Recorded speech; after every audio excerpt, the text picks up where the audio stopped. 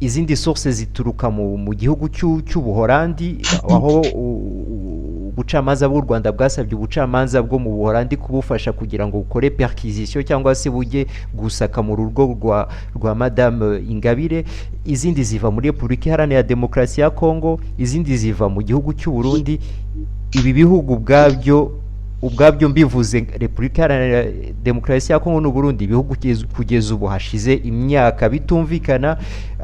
Igihugu cy'ubuholandi kiri muri Union Européenne, rimwe na rimwe bajya batanga batavuga rumwe cyane cyane ku bijyanye n'ubucamanza, ndetse rufite parlement yahaye Victoire Ingabire kimwe mu igikombe cy'uko ari umuntu mu bijyanye n'uburenganzira bwa kiremwa muntu yagize icyo akora. Izi preuve mwabonye iyo mutazibona kuri izi source mutari mwizeye cyangwa se bitewe na statut y'u Rwanda zitari kuba zibonetse, twari kuvuga ko Ingabire kugeza ubu na preuve zihari iyo zitaboneka yari kuba yidegembya kandi icyaha ndetse n'ibimenyetso bigaragaza ko yarateguraga imirimo mibi mu gihugu cy'u Rwanda. Nta mpamvu ngiye mbona tutari kubona ibimenyetso kubera yuko ibyasabwe hirya no hino mu bihugu wagiye urondora byasabwe mu nzira zubahirije amategeko. Hanyuma rero iyo inzira zubahirije amategeko, ibi bihugu niyo burya byagirana utubazo wenda muri diplomasi cyangwa se mu zindi nzego, ariko niba za ambasade zikora neza, niba guverinoma ziraho zikora neza, hanyuma tugasaba ibimenyetso dukurikije icyo bita mu gifaransa entraide judiciaire, no kuvuga imikoranire hagati y'inzego z'ubutabera z'ibihugu, hari procedure zikurikizwa, iyo zikurikijwe zikubahirizwa nta mpamvu bira bimenyetso tutari kubibona. Ikindi kandi nagira ngo wenda nanakosoreho ntidukomeze kwita Vital umutangabuhamya. Vital yari uregwa muri ruriya rubanza, ngo ibyo yavugaga ni amakuru yatangaga cyangwa se yarireguraga, ariko ntabwo yari umutangabuhamya w'ubushinjacyaha. Muranabisobanura mu gitabo ko atari umutangabuhamya ahubwo ari informateur kubera ko afite ibyo abazwa. Ni nk'ikiganiro numvise kuri maradiyo ejo bavuga ngo twagendeye ku mutangabuhamya ngo umwe rukumbi wari we rubanza rwose rushingiyeho ngo witwa Specioza. Aha naho nagira ngo rwose ni icyo ngicyo nyine kinagaragaza mbongeye iyo mbyumvise ndaseka, ariko ngiye nageze mbona ko atari ngombwa gusa, ko atari byiza guseka, kuko ibi bintu ni serieux, abantu barabyumva bakabifata uko nguko. Nk'ubu abantu ejo biriwe bamamaza ku mbuga no ku isi yose ngo ubushinjacyaha bw'u Rwanda bwagendeye ku mutangabuhamya umwe rukumbi witwa Specioza, ngo nicyo kimenyetso dufite cyerekana ibintu ni bibiri. Ntabwo bazi neza icyo umutangabuhamya icyo ari cyo, cyangwa se uko nabivuze ntabwo bagiye mu rubanza. Aho ngaho to unasobanuye neza. Specioza nagira ngo abantu bamenye uwo ari we. Ni umuntu wabajijwe, abarizwa mu Buholandi, abazwa n'inzego z'Ubuholandi. Ni ukuvuga ngo abajijwe na polisi y'Ubuholandi, ubugenzacyaha bw'Ubuholandi inshuro ebyiri. Yigeze abazwa n'ubushinjacyaha bwo mu Rwanda, n'ubugenzacyaha bwo mu Rwanda, n'umucamanza wo mu Rwanda. Nta muntu wo mu Rwanda n'umwe wigeze abaza Specioza. None se niba nta muntu wo mu Rwanda n'umwe wigeze abaza Specioza abaye umutangabuhamya w'ubushinjacyaha gute? Urumva abantu bagoreka ibintu kuko batabyumva cyangwa se bakabigoreka ku bushake.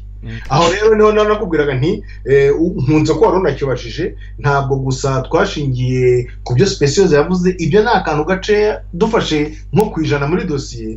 Specioza twamuha 1%, kubera ko hari ibindi bikomeye biremereye.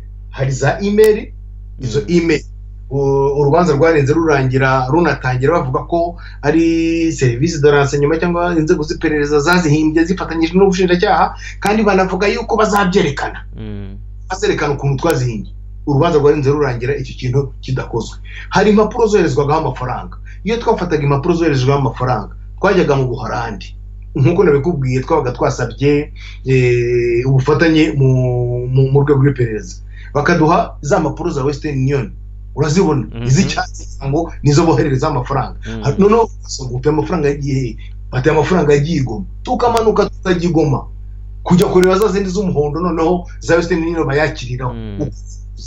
ubwo iyo ufashe impapuro zohereje amafaranga ukabihuza n'ibyanditse muri imeri, aho wagiye ubona ahandi bohereje imeri bavuga ati kanaka yohereje aya n'aya, ibanga ryo kuyafata n'aya n'aya, ubwo si ikindi umuntu aba ashaka ni iki. Abantu bakakubwira bati twagiye kubonana na Ingabire tujya guhurira Kinshasa itariki runaka, itariki bakayivuga n'isaha n'umunsi.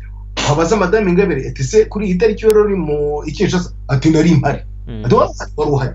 None abasirikare bavuze bati twahuriyeyo tukajya gushaka amatike y'indege, kugira ngo tutaza gusa kubivuga mu magambo ngo bagiye Kinshasa bahurirayo nawe nk'uko babivuze, ariko twe tuba tugomba no kubitangira ikimenyetso, tukerekana amatike y'indege, umunsi bagiriyeyo, umunsi baviriyeyo. Noneho se niba abantu bahahuriye bakakirwa n'umuntu umwe, icyo nacyo ni ikintu cyakunze kugaragara. Abasirikare uko babaza uti mwakiriwe nani? Bati twakiriwe na Colonel Zerote. Ingabire wakoze twakiriwe nani? Ati nanjye nakiriwe na Colonel Zerote.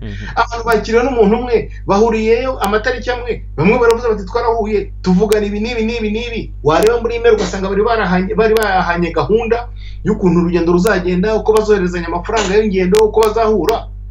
Ngibyo impamvu nongera kugaruka kuri cya kindi Ingabire avuze ati ibyo bintu ni mwe mwabihimbye mwigira icyo mumbaza. Aho bivuze gutyo nuko yagira ngo atagira ibyo asubiza. Ubwo nkubwiye ibyo byo kohereza amafaranga, nkubwiye ayo matike y'indege, nkubwiye izo za email, ntabwo nkubwiye raporo ya Nations Unies yo muri 2008 2009 Ingabire atarataha. Kandi iyo raporo yo nta nubwo twigeze tunayiburanisha, nanjye nayibonye ndimo nkora recherche kuri iki gitabo, kuko ntabwo umuntu apfa kwandika gusa. Iyo raporo yamushinjaga gukorana nabo muri FDLR kugira ngo Rwanda nibo bagiye gutegeka akanama gashinzwe kubariza umutekano ku isi ngo nibamushinje. Iyo tuyibona iyi raporo rwose mbikubwire, tuyibona mbere yari kuziyongera kuri ibyo bimenyetso bindi. Ni ukuvuga rero muri rusange ntabwo twashingiye gusa ngo hari abo bareganwa bamushinja ngo Speciose aramushinja, hari n'abandi benshi bagiye babazwa. Ntabwo ari abatangabuhamya, ni abantu babajwe mu rwego rw'iperereza, ntabwo ari abatangabuhamya. Kugira ngo umuntu abe umutangabuhamya, abe umutemwa, bifite inzira na procedure bikurikiza, cyane cyane nko kurahira, none ukaba kwitwa umutangabuhamya.